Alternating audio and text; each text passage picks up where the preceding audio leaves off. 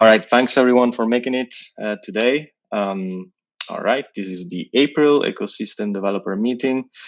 Let's go through the agenda, kind of a rich agenda today. We want to also make sure that there's a time at the end for DeFi Saver to give us our ecosystem spotlight of the month. We'll get started with the ZIP 76 pod results. We'll bring up a few of the forum updates that have been going on in the last couple of weeks. Fulvia is going to go through a few of the improvements of the 0x API. We'll walk through a few of the things we'll be working on the core exchange part of the house. We have some proposals around an exchange proxy, an unwrapper for WEF, and some ideas around on-chain swapping, meta transaction endpoint, which actually touches more of the 0x API infrastructure. And at the end, we leave some time for DeFi Saver to show us what they're working on. Let's get started real quick on the results of the ZIP 76. As you know, this was about introducing a standardized ZIP process. So it's kind of an interesting vote through ZIPs about ZIPs. We saw a very good participation by the community, overwhelming yes, from the results standpoint. This is the highest turnout to date, which is a very good result. It shows that the community is growing, the participation is growing. And what's actually new about this vote is that it's the first time that the delegates voted on behalf of delegators through the staking system. As a reminder, every time you stake ZRX with a pool, you're giving away 50% of your voting power. So this time around, approximately the top 3-4 pools basically voted on behalf of the delegators, and actually they basically had a significant voting power this time around. So it's pretty interesting to see this live. They also posted on social media about their votes, which was actually an interesting dynamic to observe. So since the vote passed, what does it mean? It means that basically now we'll be basically more present and more active in maintaining the ZIP queue. So expect to see questions on open zips to see whether they're still relevant or not. Expect to see the list basically being reduced dramatically because a lot of the zips were actually implemented, and generally speaking, more structure in the pipeline and how we manage it. So again, thanks to everyone that has participated in this vote. Brent, do you want to take that, or do you want me to? Yeah, I guess I'll take it. So I think late last year, I believe, we had mentioned that the research forum, we were going to be closing it just due to the fact that it was not very heavily trafficked and utilized.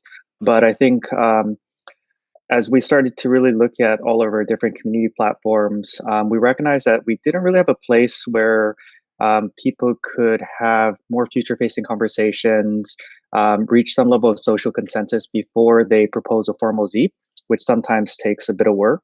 So, we didn't have a place where conversations were preserved either, even though we have Discord, which is a great place to chat. It just, conversations get lost over time. So we made a decision talking with Amir that we would make another go and keep the forum alive. And it would be someplace, again, where people can really get involved at the ground level with our research efforts. So we kickstarted a couple of conversations that you see on the right side. And if Theo or Amir want to add a little bit more about those conversations, feel free. But really, we invite everyone here and everyone watching the recording, if you want to get involved with the project and really kind of have a say in the direction that we go, where we go, please take a look at the forum. Thanks, Brent. Yeah, to add to that, as part of actually the ZIP vote, we realized that the ZIP process is kind of a step where the proposal is actually kind of advanced. It needs to come with some sort of implementation specifications. And we realized, well, there needs to be a place where the community feels kind of comfortable in sharing ideas that are not maybe at that stage. And we thought that the forum is actually the right venue to do that. So we realized that it's actually something that we would like to push more, where we kind of build a sort of a pipeline, where we have obviously the questions of what's live right now in very interactive venues like Discord or even the Telegram group that we just launched. So where the also 0x core team is very quick and present in responding to questions. But before arriving there, we want the community to be brainstorming ideas, and we think the forum is the right place to do that. And in between that, once we have good ideas that seems to be like, okay, this is in a form of a proposal, we can move it to Zip, and that's where we have the classic, basically process where we discuss a Zip, a team implements it, there's a vote, and then this gets basically implemented in the core pipeline. So please go and check those discussions out. Part of those will be also be tackled during this meeting. In particular, I remember last time in the developer meeting, there was a request to have a sort of a wish list for 0x V4. So we actually opened that topic in the forum. So I encourage all of those that are interested in sharing what they wish there was in V4 to go there and participate. All right, let's move on. Julia, I think you can take that. Thanks everyone for joining. I hope you're staying safe. Today, I'm gonna walk you through some of the highlights of what we did in Q1 for the API, and then I'm gonna turn it back over to Amir and Theo, who will walk you through some things that we have planned for Q2 at the protocol level that will eventually be surfaced through the API. So first, in terms of improving our order routing and pricing, in Q1, as some of you might remember, we initially launched with bridges to Kyber, Oasis, Uniswap, and 0x native liquidity. But throughout Q1, we also added bridges to Curve and also a bridge to a private liquidity pool. So as some of you might know, or if you don't know, I want to remind you that 0x has a standardized interface that allows anyone to create a custom liquidity pool and potentially get integrated into the 0x API. For example, this private liquidity pool, which we're abbreviating as PLP, they have added support for WIT, DAI, and DAI USDC pairs. And because this liquidity source offers very good pricing, it is being included in many of the codes that the Quote Swap endpoint is serving integrators. So if you take a look at the graph, you can see the yellow is a PLP, and you can see how that has been growing since it got integrated as a liquidity source. We're also are exploring adding Balancer in Q2, but if you are interested in adding a bridge to another liquidity source that is not Balancer or is not yet being integrated to the API, please hit us up on Discord and we can chat about it. We can work together on creating the bridge, or you can build it on your own as well, and we can support you with technical support, basically, if you have any questions or doubts. Next, please.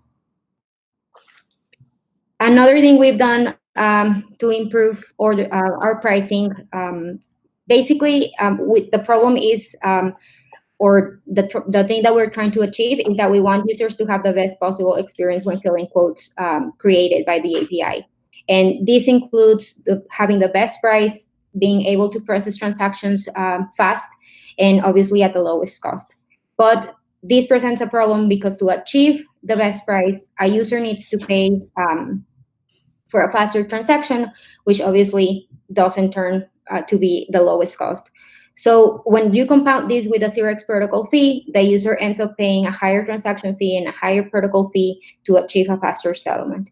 So to solve this, we've been working on two things that together work even better. Next, please, Theo? So the first one is gas tokens. So this is already live. Basically, gas tokens allow us to hedge gas prices at one way and free them at a higher way, theoretically 50%, or use gas at a 50% discount. And the second thing what we're calling a DEX forwarded bridge, basically allows us to combine third-party bridges into one order to save on protocol fees. So currently, when the API swap code endpoint serves you orders, you pay protocol fees for each of these orders. And now what it does is that it combines the bridges into one order so that you only pay one protocol fee, even if you're using 3 bridges in the same order. An example of how this works and how kind of like the impact that it has on the prices for the users. You can see this table, and obviously when we use this in combination, it makes things even cheaper, between 20 and 40% reduction of the total cost for the user. Next one, please.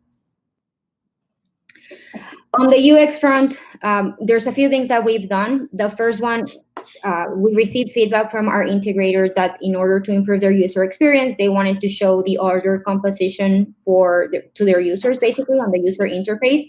So we added, that's not the correct name, but we added basically a field in the response that contains the distribution of buy amount and sell amount split between each liquidity source. This is an example of how Siren has integrated that into their user interface. And obviously this changes every time you get like this composition of orders changes with every quote, with every pair, etc. And they actually kind of like refresh the code every certain amount of seconds, so that if you go to Siren's interface, you can see those amounts and those distributions changing constantly. Next, please. The other thing that we implemented to improve user experience is exploring liquidity sources.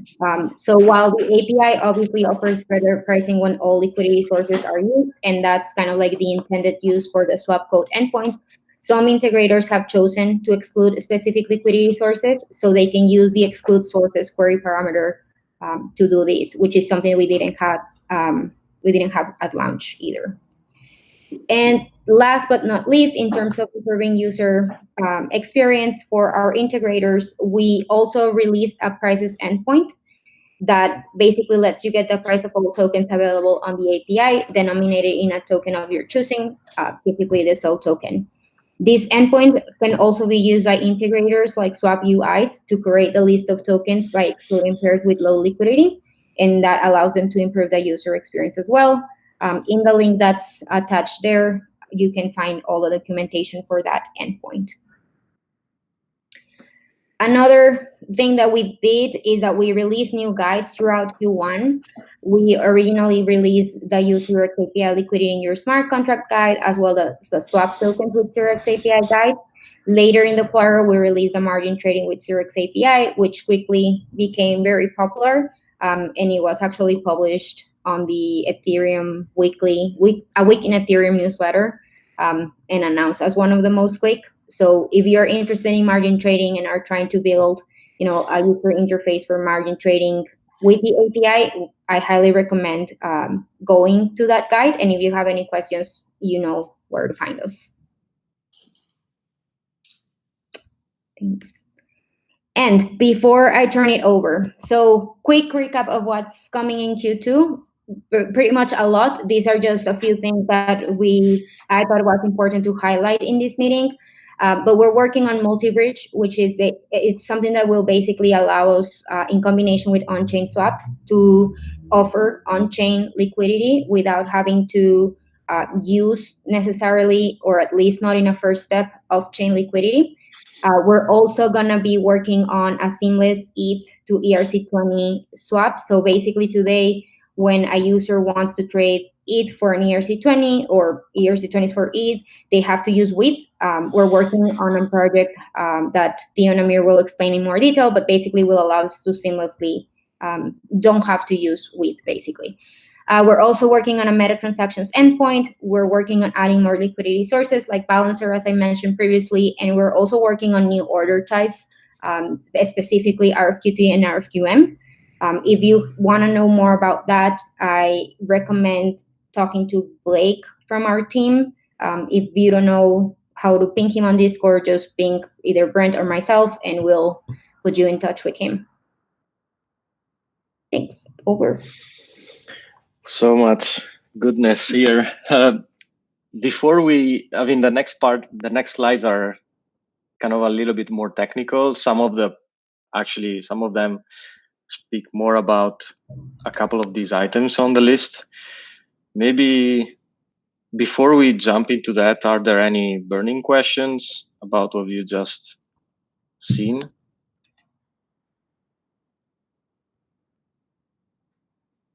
Don't be shy. Yeah, there's a lot in this update.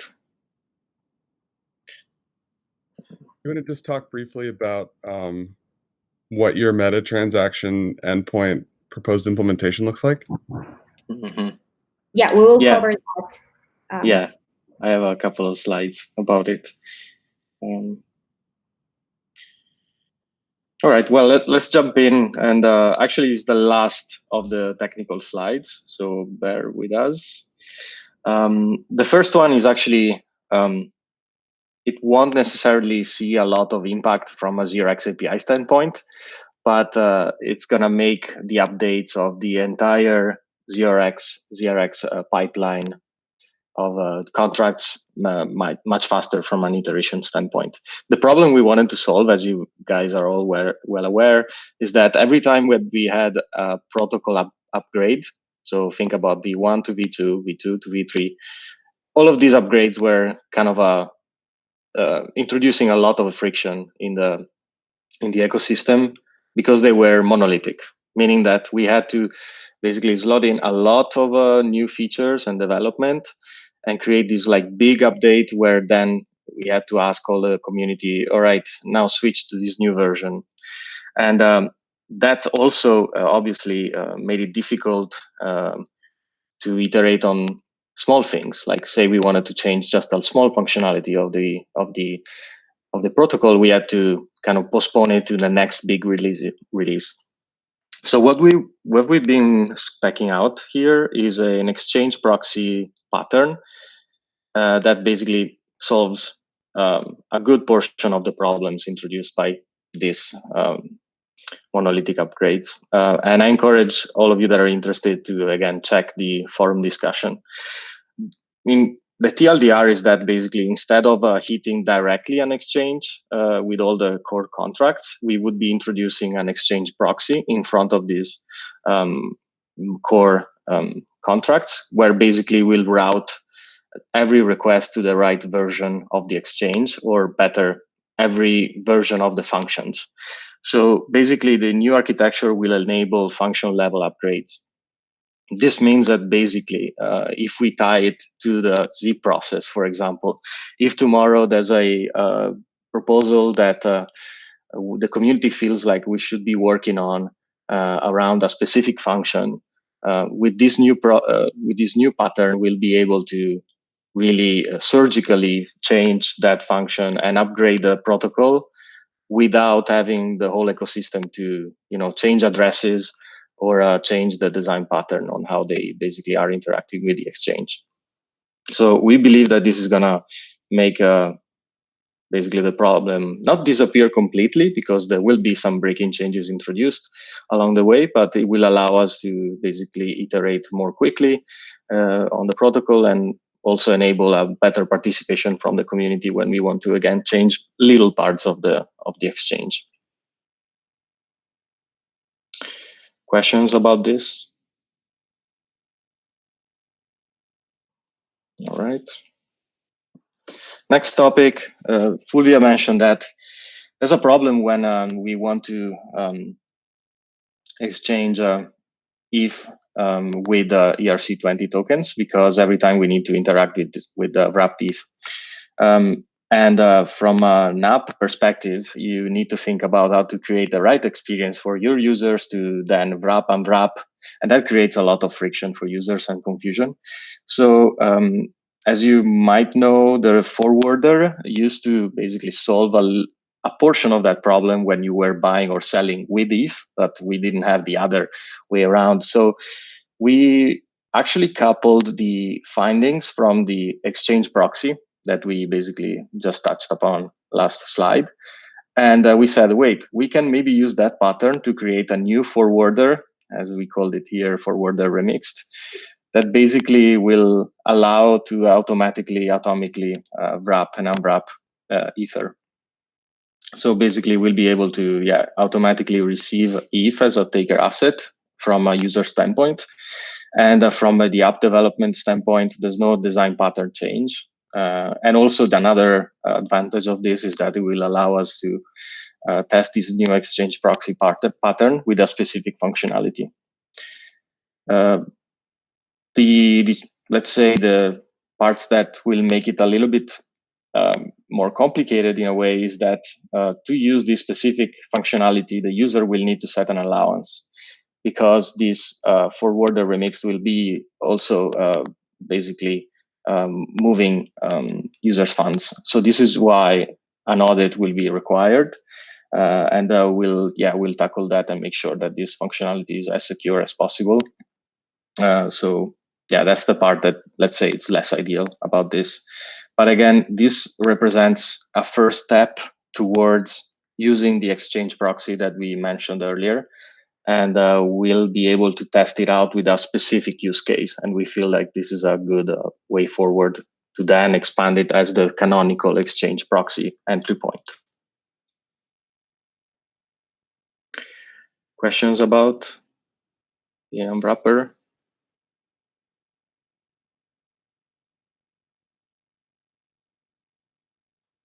All right. I'll go to the next one. This is another cool feature that we are planning to release in the next couple of months. As you're aware, ZeroX basically comes with the off-chain order book on-chain settlement. And we know that off-chain part allows us to create basically any type of market with very high fidelity.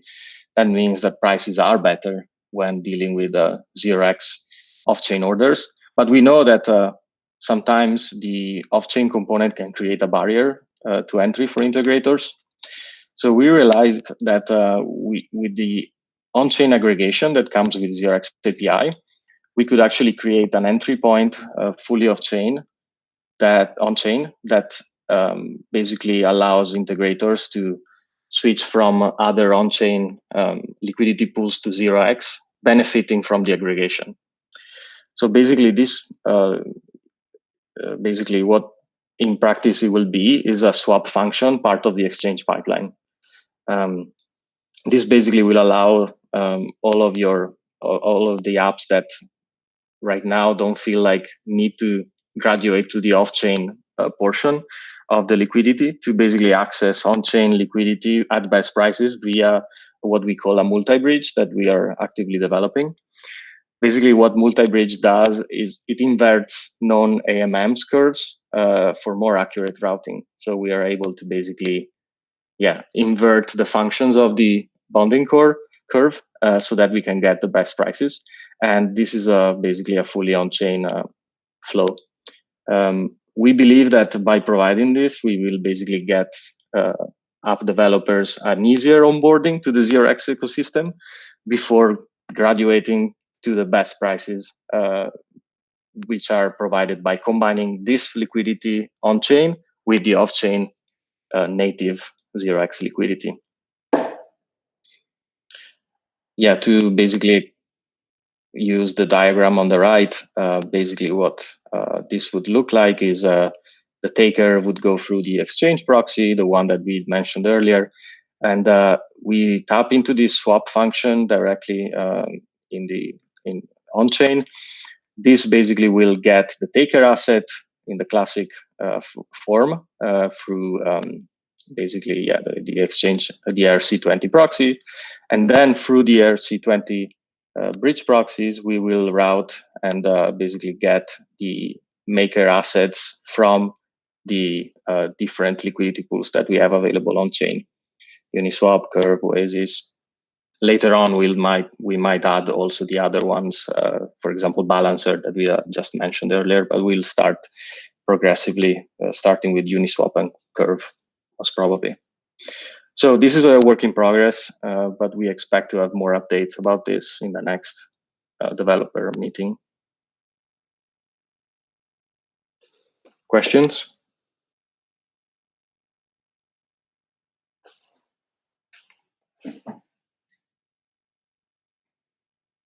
All right.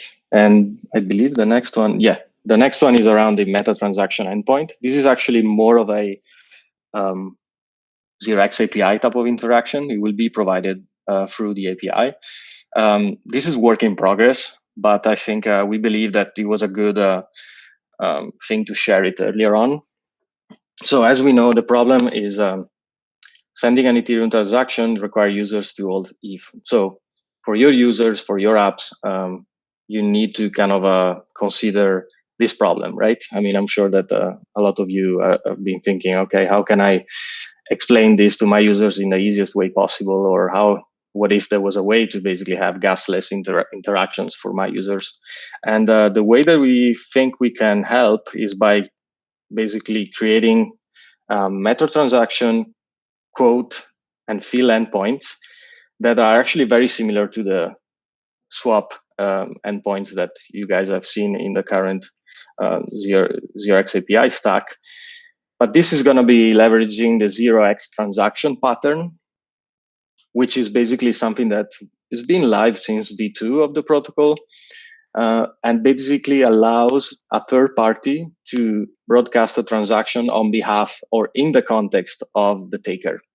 So basically, it's like you're delegating the broadcast of the Ethereum transaction to a third party, to another address, but still having all the securities and not having to basically give away the non-custodial portion of the exchange and the decentralized exchange from a peer-to-peer standpoint.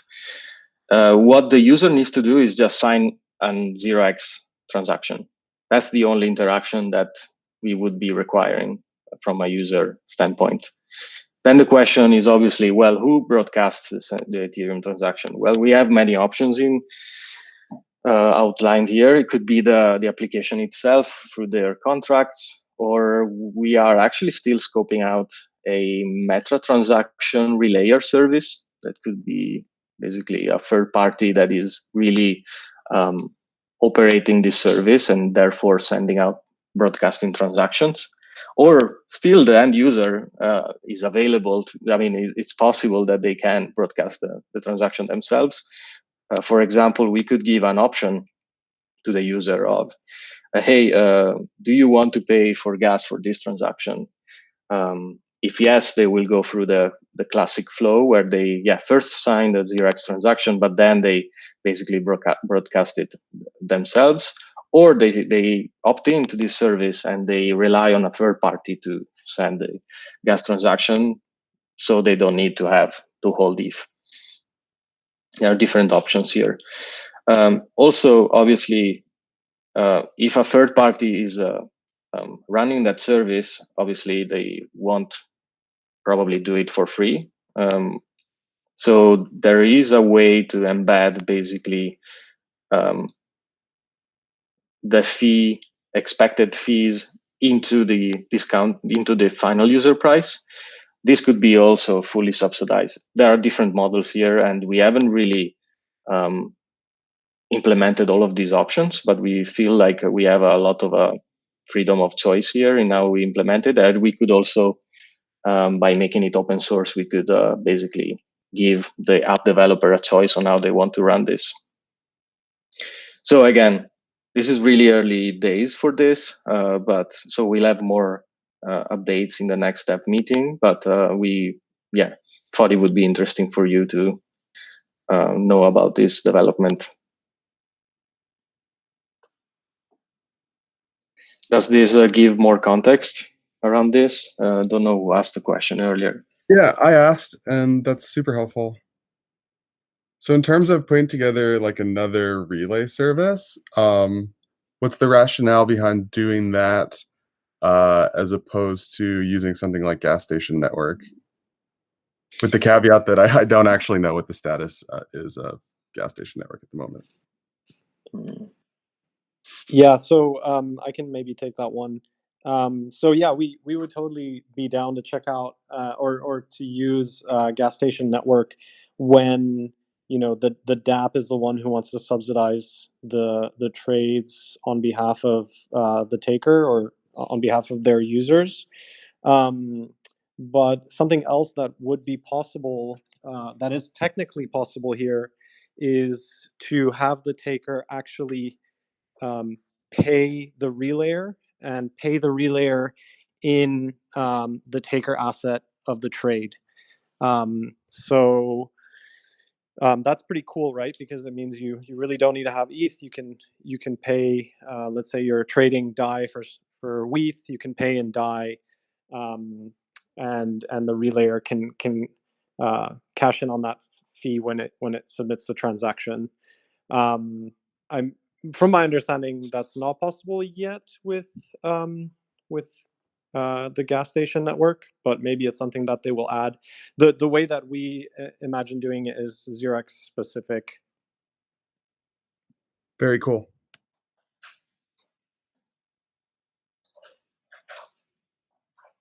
Was there a question? I've just heard the notification sound.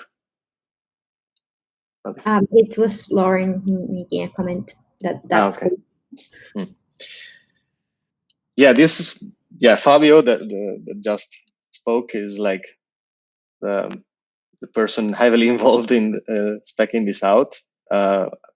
We are all very excited about this, and it's pretty interesting that we can basically marry the 0x transaction pattern again live since V2, but now make it hopefully easier for developers to implement in their experiences. And I think we all agree that the problem we're trying to solve is an important problem to solve from a UX standpoint. So yeah, we are excited about this. Again, there are different models we are exploring, but yeah, next development meeting we'll have more updates.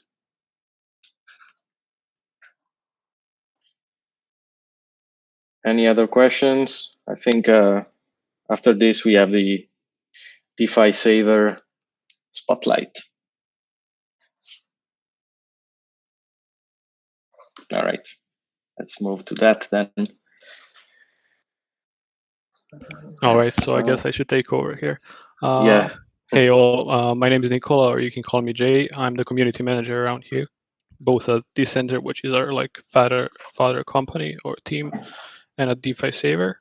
First of all, I'd just like to say that I like the sound of all of these updates that you just talked about. I mean, those are basically all things that we've had to work around as integrators. So like using ETH instead of wrapped Ether, excluding some sources if we want to, using things more on chain instead of going off chain where needed. All great news. And meta transaction, I mean, that's always cool to hear. I'm looking forward to having a way to implement that in any manner. Before I take over the screen, let me just toss the DeFi Saver link in the chat for anyone interested. And now just give me a second.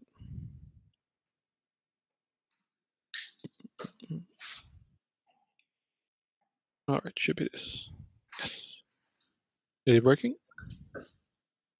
So as I mentioned, we're actually a member of the Decenter team, which has been building on Ethereum for almost 3 years actually now, and I've been with the team for 2 years, working as a community manager on all of our projects.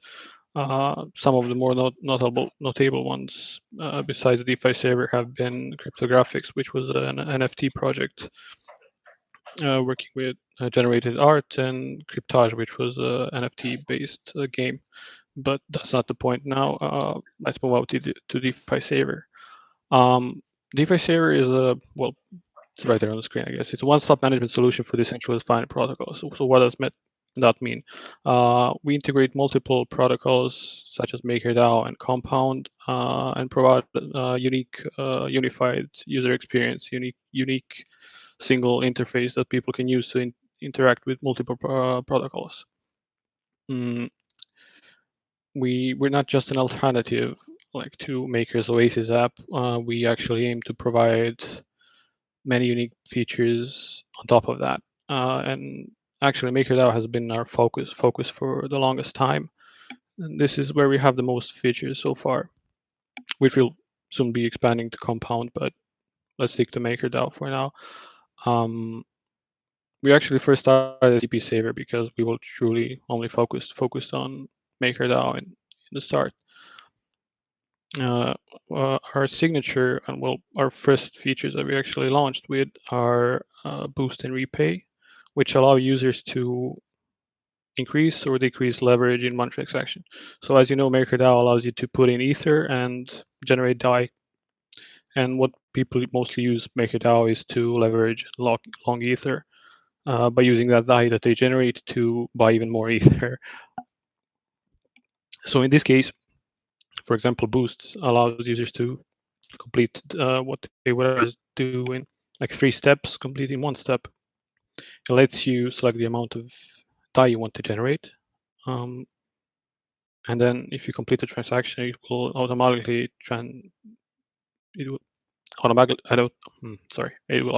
swap the DAI to Ether and add it to the CDP in that one atomic transaction for you.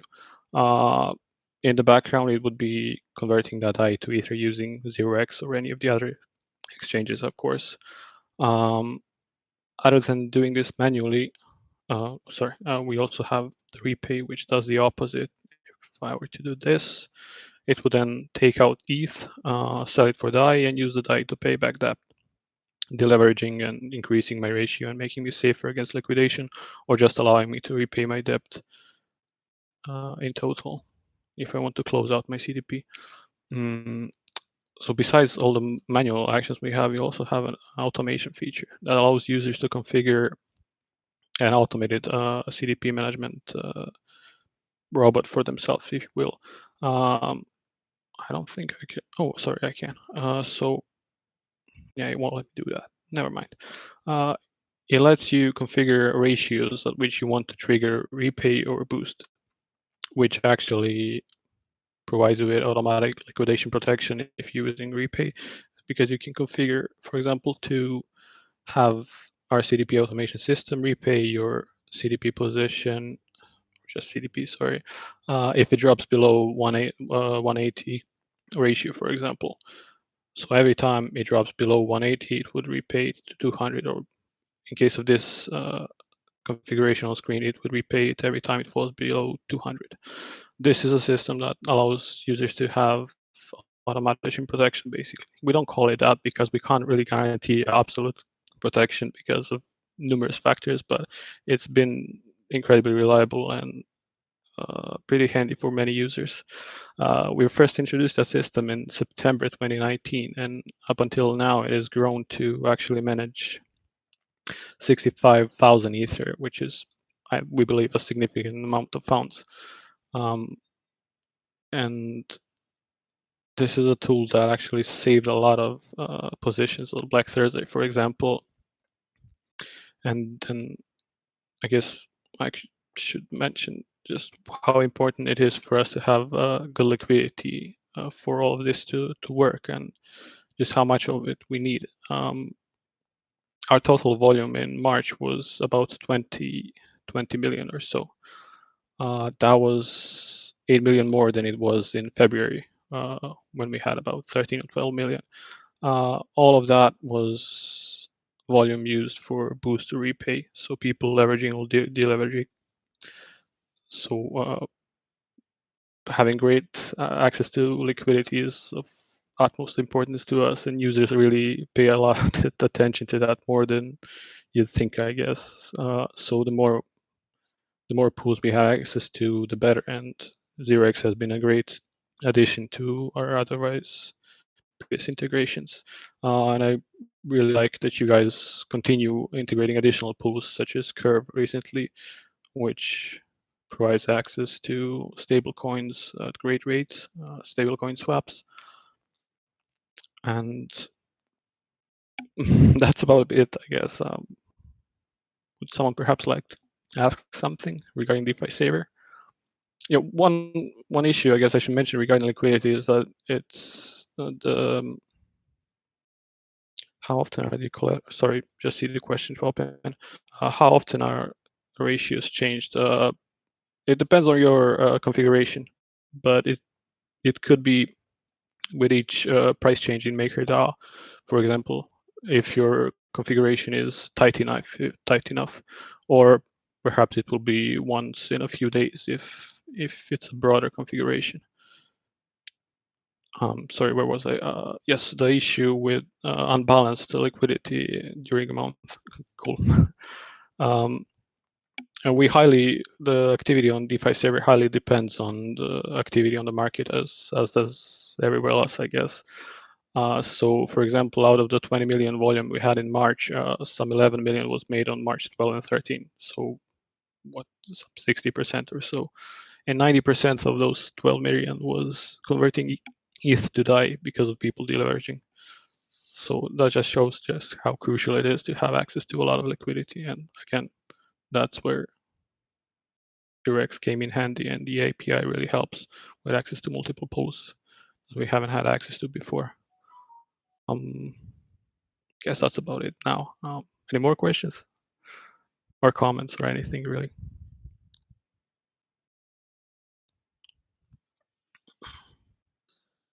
This is very Are there any exciting. plans to? Oh, sorry. Yes, sorry. Are there any plans to support protocols outside of MakerDAO? Yes, there are. We're currently working on creating all of these features that we have for MakerDAO, on working on getting them ready for Compound 2. We're not sure where we'll take it from there, but our next step is Compound. We already have a Compound dashboard that's slightly outdated, so we'll be coming out. So this is a bit of a teaser, I guess. We'll be coming out with a fresh new both design and fresh new set of features for Compound users. Outside of that, I can't promise which might be the next integration, I guess. Is there something specific you'd be interested in, or? No, I was just curious. Very cool. Cool. Thanks. I have a question. What's your most requested feature from your users? I guess that changes with time, but like all-time most requested feature is less slippage, honestly, because that's the one that always repeats itself. And no matter how many pools we integrate, there are just bad days when there's not enough of it, and people don't like the rates that they get. Yep. Thanks. Welcome. Yeah, your product is about helping people when things are bad. So I guess it's hard to. You'll probably, most of the feedback you get is never, oh, thank you, you saved me. No, it's actually more, hey, the slippage is not what I expected. So people are kind of already in a very stressful. It's not that bad, actually. There's been a lot of support. I mean, we've had some 280 positions subscribed to the automation system on Black Thursday, and I believe 260 or so have been protected against liquidation, which was pretty solid, I guess. And we'll be launching an updated version of automation later this week, supposedly, fingers crossed, which will be able to react even to next price updates in MakerDAO, which was an issue we had before. And this one would be able to rescue 100% all of them that were liquidated on Black Thursday. So it's going to be even better. And we had great support from the community. I'm shout out to everyone on ETH Finance and our MakerDAO for all the kind words we received after Black Thursday and during. We've tried our best to rescue anyone, and people appreciate that, I think. But they do want better or less slippage, I guess. That's always the case. Yeah.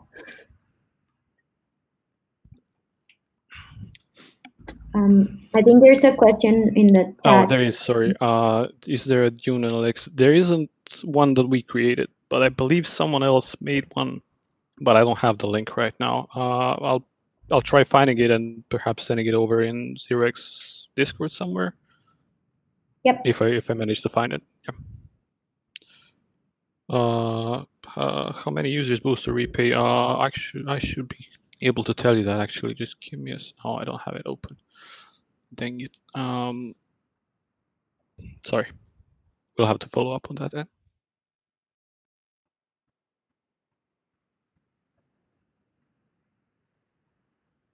Yeah, Brent, what's the best Discord channel for to follow up on these questions? Probably ecosystem, unless you wanted to reach out to Nicola directly. But yeah, I'd probably post ecosystem. Okay, gotcha.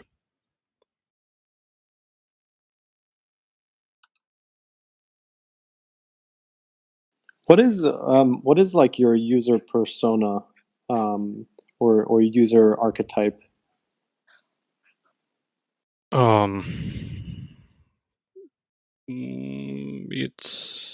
It's pretty broad, to be honest. I don't think we have like a very specific persona just yet. We have plenty of people who are just dipping their toes in decentralized finance and trying out tools, so they have extremely Roger's at Daryl's. Sorry.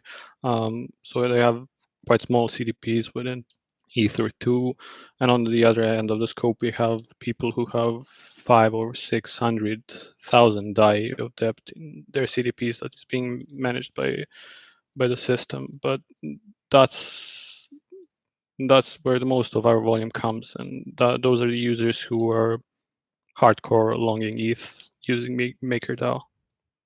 Does that answer your question? Yeah, definitely. Okay. Thanks. Welcome.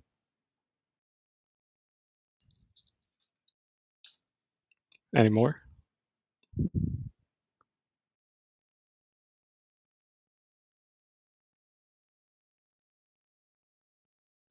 Maybe this is like a, I don't know, I'm not sure whether it's something that, well, you mentioned 65,000 Ether It's currently managed. Yep. Do you guys, what about insurance? Did you think of anything like that? Or how do you feel about protecting yourself and your users against like very dramatic events?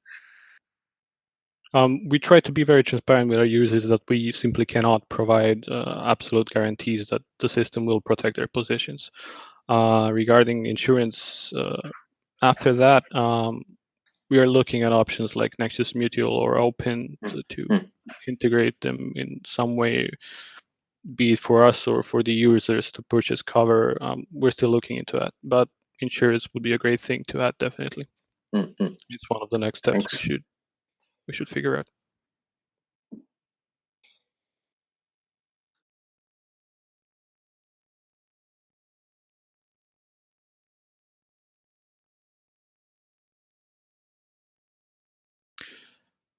There's another question from Daryl. Are repay and boost transactions batched at a certain time or submitted per block as per their settings? Well, the way MakerDAO works right now is that their price feeds update every 1 hour. So yeah, most of the automation transactions come out in the batches after a full hour after price updates come through. How large of a slippage have you seen so far? I'm actually not sure what like the record slippage has been. I don't think we have that data saved anywhere. I guess it's nothing to brag about, so we don't keep it. Is there any protection set? Not in automation right now because it's crucial that the system repays and deleverages position when it needs to protect it from against liquidation. So we can't really take into account any slippage there. It's crucial that it goes through no matter what the slippage would be, to protect from liquidation, which would be a much greater loss, definitely. But we do have a slippage limiting option for manual transactions. So if you open up DeFi Saver and try to manage your CDP there, you'll see that you can configure a slippage limit for any transaction, be it repay or boost. You can set at 1%, 3%, whichever you feel comfortable with. Okay, thanks. Feel free to reach out to me via Discord with any more questions, be it on DeFi Saver Discord or 0x. You can find me with as Nicole_J. Thanks, Nicolas, and thanks everyone for all the questions. Yeah, we have Thank you guys 5 for having me. minutes. Yeah, that was great. Thanks for saving us. So, guys, we have 5 minutes left. Are there any other questions that, yeah, about maybe what we've seen earlier?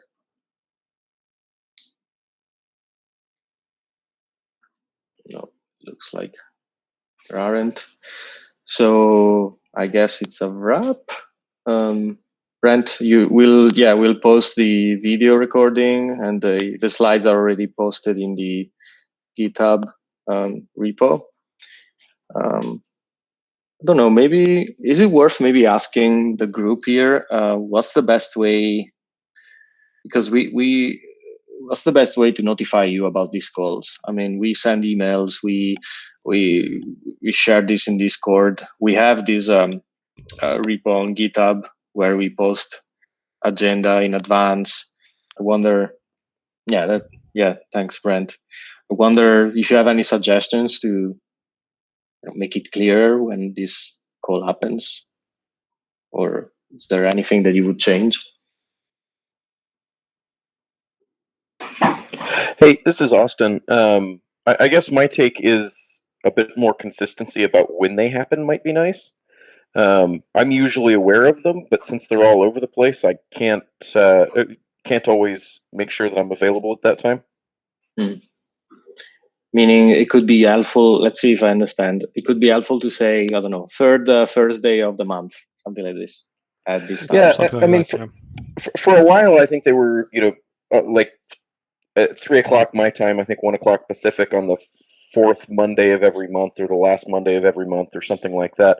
And then they kind of slipped from that pattern and have been, if there is any pattern, I haven't been able to identify it. So that has made it harder for me to keep my schedule clear for these meetings. All right.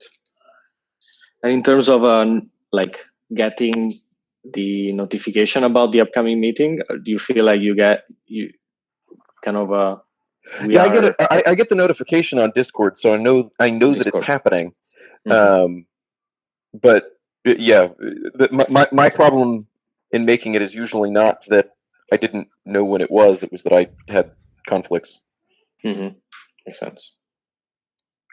It could be interesting. Maybe there's an opportunity to do like a vote based on when what time zone is most convenient. I think this Austin, this particular meeting was a bit of an experiment to be a little more friendly to the European time zones, and then also just DeFi Saver being in that time zone, so that yeah. we Sorry kind of about wanted that. to accommodate. No, nothing to say sorry about. I think it was great to have you join. So I think every now and then we should try to be flexible in time zones. I think right now the general pattern for this meeting is that's the first or second week of the month, typically on Tuesday or Wednesdays. But I think again, with that feedback, thanks. I think we can take a look at maybe doing just a quick survey and seeing what time of day and then what time of month would be convenient for everyone. So thanks for that. All right, guys. Well, we are, about time here. So let's see you. We'll see you next month. All right. If you have any questions, hit us on Discord, classic channels. Check out the forum topics. Check out the slides. There are plenty of links with the guys to use your XAPI and all the references that we could share with you. So yeah, hopefully this was an exciting update. See you next month, and we'll make sure to let you know in advance when this happens.